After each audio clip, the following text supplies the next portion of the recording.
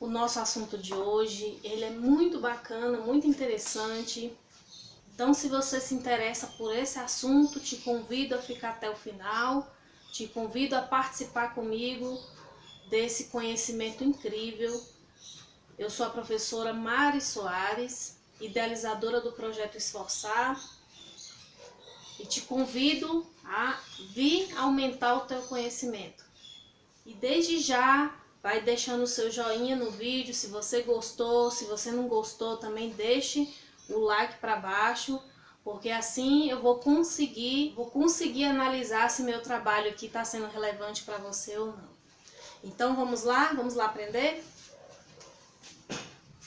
Vamos lá. Então, assim, a minha proposta efetivamente, hoje no convite do Proqualis, era conseguir numa tarde que a gente pudesse estar conversando efetivamente, conversando com duas áreas importantes. A área da pessoa idosa, a área da geriatria, da gerontologia, que tem um aspecto interdisciplinar, muitas das vezes a gente tem uma discussão mais endógena desse idoso, né, com as áreas de especialização. E hoje, como eu também venho trabalhando com a área da segurança do paciente, também é um espaço que a gente tem efetivamente de uma discussão bem ampla, interdisciplinar, mas que ainda precisamos avançar nas especificidades dos grupos vulneráveis. Então, hoje eu trago aqui o grupo da população idosa. E vou tentar aqui com vocês, conversando com vocês, estou plenamente aqui disponível para qualquer esclarecimento, para que a gente possa estar utilizando esse espaço para ampliar esse diálogo.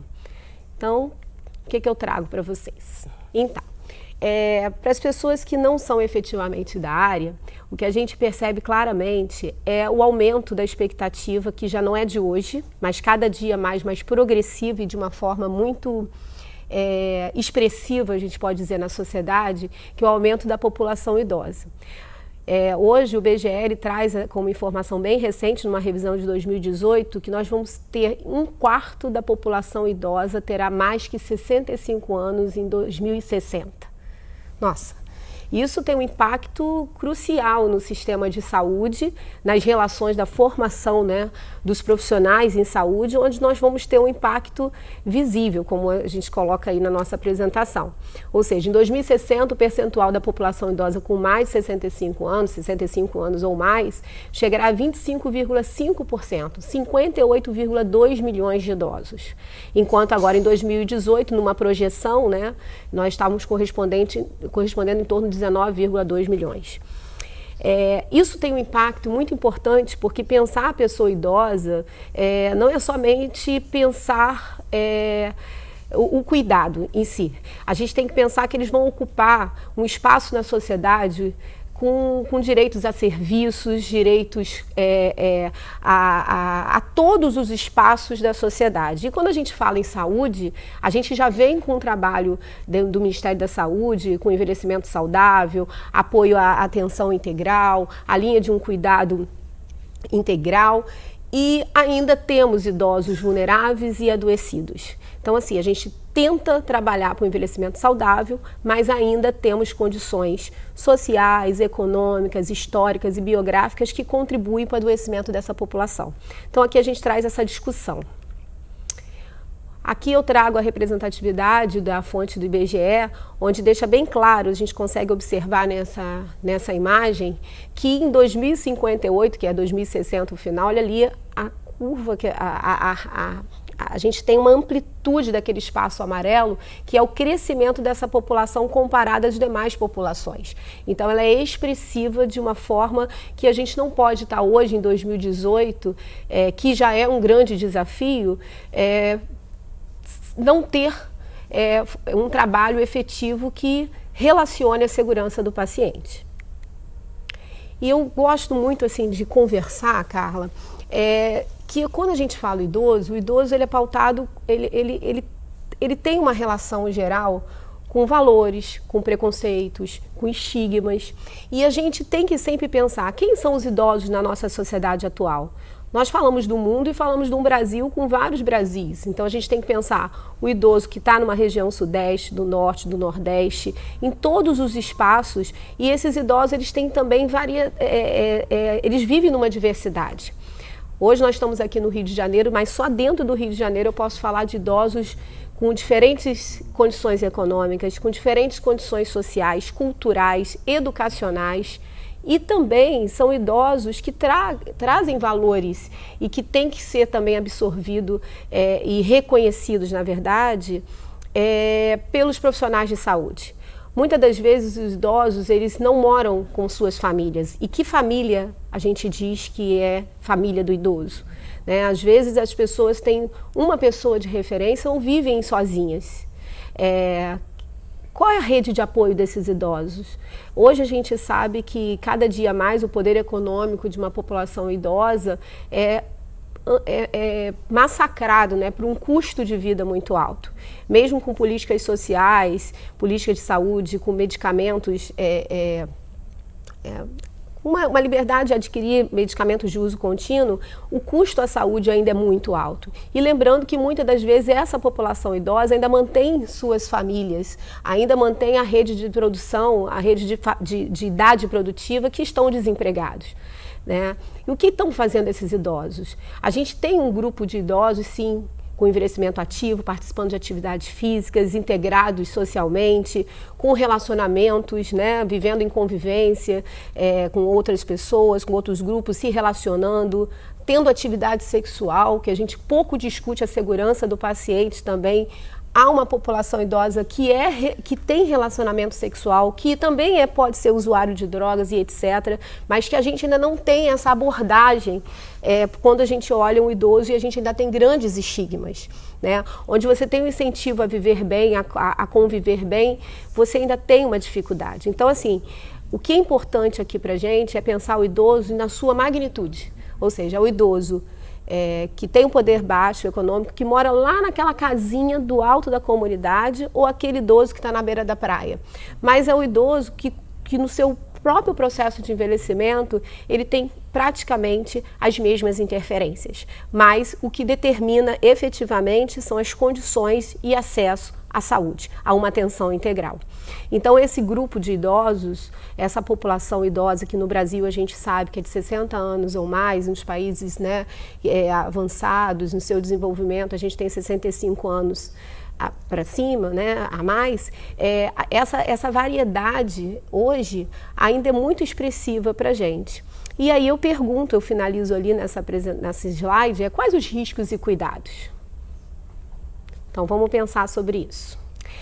Eu trouxe aqui na apresentação de forma muito mais prática, que é a gente tentar entender melhor o que que eu quero trazer aqui no aspecto não só de um cuidado direto, mas nessa gestão do cuidado como um todo, dos cuidados diretos e indiretos.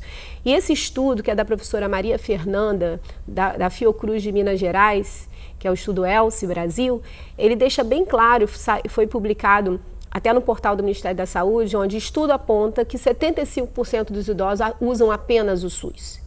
Isso é muito importante no contexto hoje, que a gente tem que discutir o acesso aos serviços de saúde, o acesso por exemplo, os planos de saúde, as operadoras de saúde ainda para um grupo muito pequeno quando você chega na fase da terceira idade, da melhor idade, da quarta idade, porque efetivamente o custo é muito alto. Então, muitas das vezes, mesmo aqueles que já tiveram plano de saúde, eles deixam de ter o plano de saúde e priorizam, na verdade, outras condições de sobrevivência. Então, quando a gente tem 75% dos idosos usam apenas o SUS, mostra-se e reforça que o nosso Sistema Único de Saúde precisa estar preparado para recebê-los. E aí, aqui esse estudo ele trata de forma brilhante alguns aspectos que eu quero trazer previamente, antes da gente entrar fielmente na questão da segurança do paciente.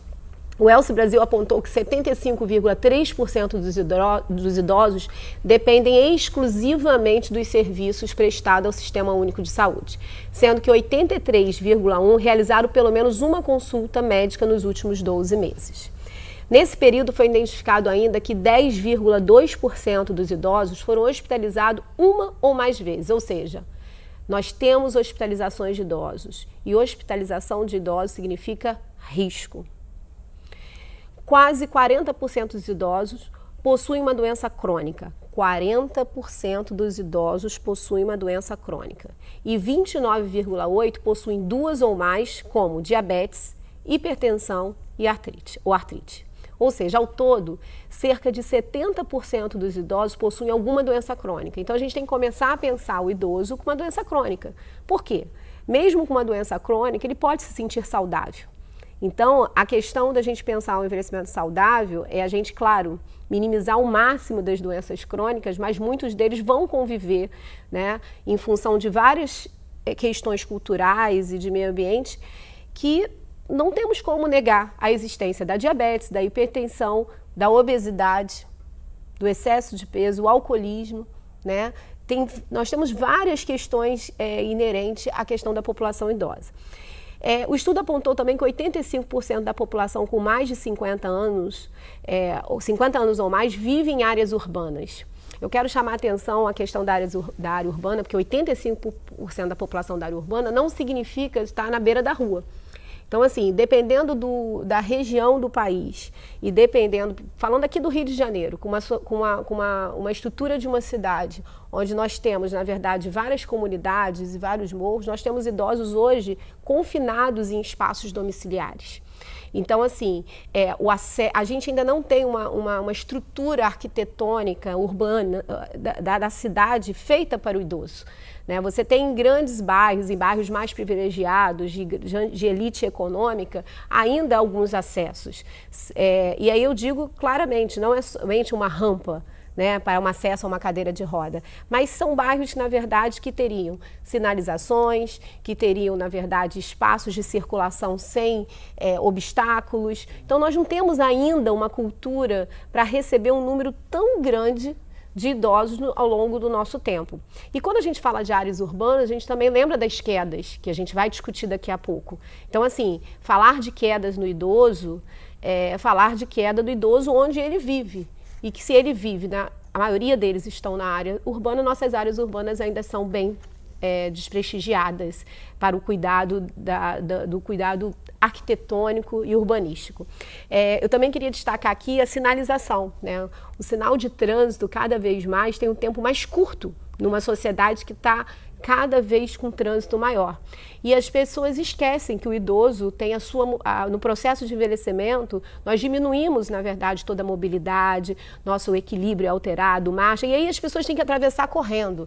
E uma das coisas que a gente hoje verifica é acidentes específicos de atropelamento que acometendo também idosos. Então, assim, 85% da população com mais de 50 anos ou mais, vivem nas áreas urbanas. Então, assim, eu falaria aqui o dia todo só sobre esse contexto que chega a ser grave e está nos olhos da gente. É prático, é só você passar na rua e ficar com o olhar mais atento.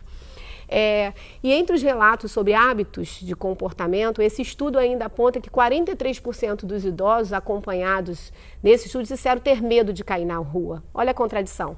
Por quê? Porque cair na rua significa estar vulnerável a uma assistência, ao cuidado e principalmente você ser dependente. A fratura de fêmur, né, da cabeça de fêmur ainda é o grande desafio e que hoje os órgãos, as instituições ainda temos filas intermináveis para atendimentos com demora na assistência. Vamos lá. Bem, ainda no portal do Ministério, eu quero chamar a atenção aqui para a questão desses 14,3% dos brasileiros, que hoje a gente já está próximo de 30 milhões de pessoas idosas, e que esse número em 2030 vai estar superando significativamente a população de crianças e adolescentes de 0 a 14 anos. O envelhecimento da população tem impactos importantes na saúde, apontando para a importância de uma organização da rede de atenção à saúde para uma oferta de cuidados longitudinais. As doenças crônicas não transmissíveis atualmente afetam boa parte da população idosa e, de acordo com as pesquisas anteriores promovidas pelo próprio Ministério da Saúde, fica evidente esses números. 25,1% dos idosos têm diabetes, 18,7% são obesos, 57,1% têm hipertensão e 66,8% têm excesso de peso. Ou seja, juntando tudo isso, nós temos que 70% todas essas causas elas são responsáveis pela morte do país, 70% das mortes do país. E eu gosto também de falar, além das mortes, a gente tem que falar dos custos que isso acarreta e principalmente, além das mortes, a dependência diante das complicações inerentes a essas doenças crônicas, que a gente não pode esquecer hoje das doenças cardiovasculares e cerebrais, que são desencadeadas por todos esses fatores associados. Na linha do cuidado do idoso, que é uma linha que hoje vem sendo discutida, e eu trago aqui, o Ministério da Saúde lança pela primeira vez um documento para orientar a implementação da linha de cuidado integral à pessoa idosa no SUS. Aí eu estou remetendo ao estudo ELSE, ou seja, 75% dos usuários de idosos usam o SUS exclusivamente, a linha de cuidado integral ela é fundamental. Então, o documento colocado em consulta pública em 2017 e foi finalizado agora, recentemente em 2018, ele contribui para uma garantia do bem-estar dessa população. Então, o objetivo é que o profissional de saúde deixe de olhar somente para o cuidado da doença e invista nas necessidades dos idosos, a partir de um diagnóstico de vulnerabilidades sociais. E aí, nesse ponto, eu friso, é onde a gente tem que começar também a incorporar o conceito de segurança do paciente, que é pela questão da sua vulnerabilidade. Nível de independência e autonomia e estilo de vida, considerando alimentação, prática de exercícios e prevenção de quedas. Destaquei porque incorpora uma das nossas metas da OMS. Hábitos de saúde histórico clínico. Mas a vulnerabilidade social é que a gente tem que conseguir correlacionar as áreas e que isso passa a ser fundamental para uma reflexão crítica sobre esse contexto.